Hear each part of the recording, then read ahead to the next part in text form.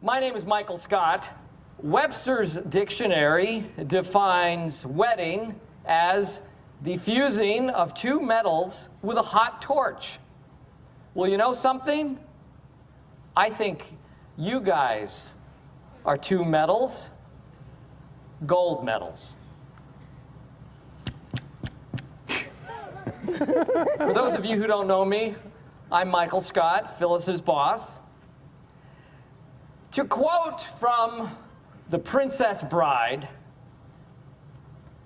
marriage! The most important part of a speech is the opening line. Oh. When time is not a factor, I like to try. When it comes to delivering a wedding speech, don't be that guy. We're getting tips on how to write and give a funny speech for any occasion from two Emmy-winning comedy writers. Carol Leifer and Rick Mitchell have written for Hacks, Seinfeld, SNL, The Oscars, Ellen DeGeneres Show. There's just a whole list, and they have teamed up on a new book, How to Write a Funny Speech for a Wedding, Bar Mitzvah, Graduation, and every other event you didn't want to go to in the first place.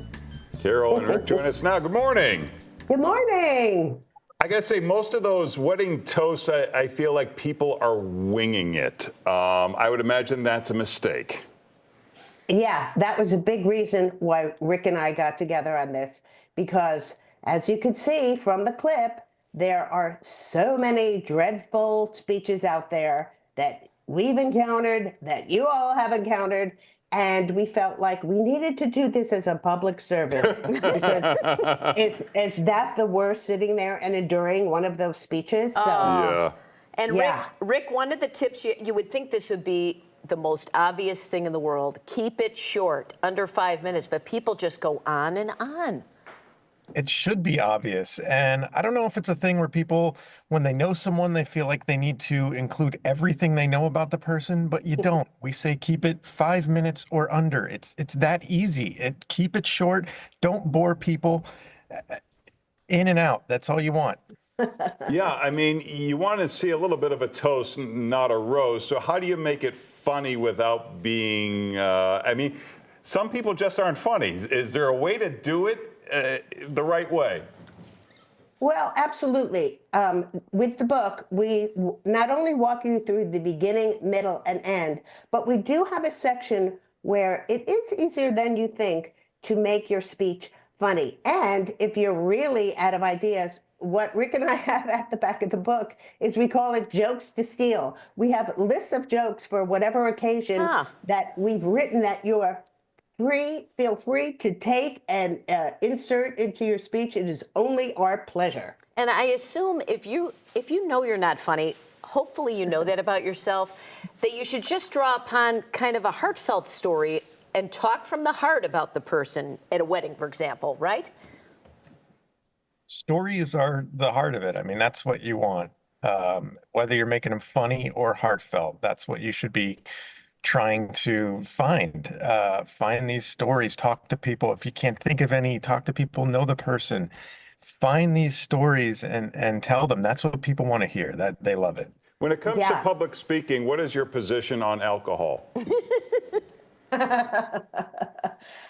We have a very big stand on alcohol. Here's the thing. Have a drink. One drink. Loosen up a little bit.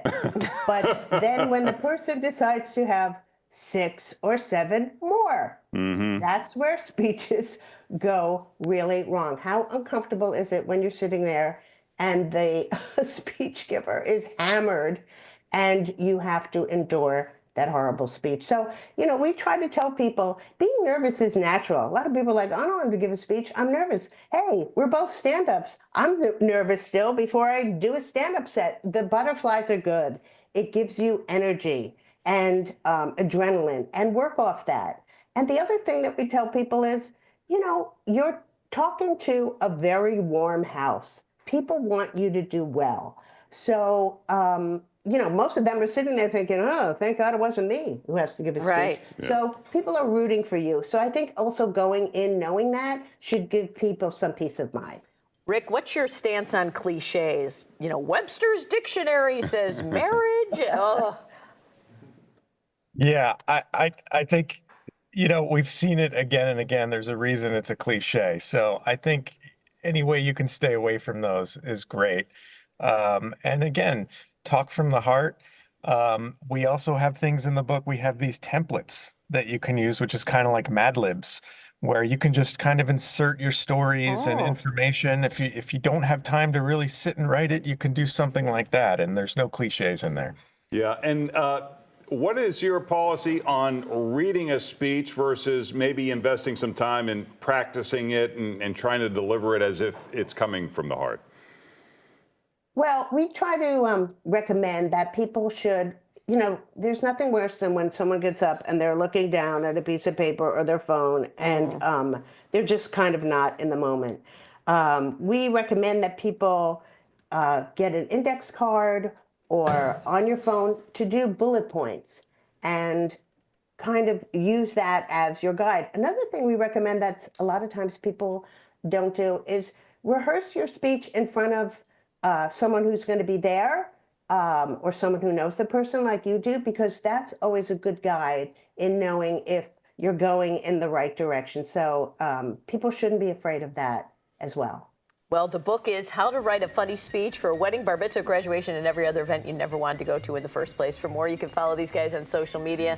Thank you both. Thanks, nice guys. to talk to you. Thank you, guys. Thank you. Take Yeah, care. thanks for having us. Graduations, weddings, coming Yes. up. Yeah. Thanks, guys. Thank you. Great idea.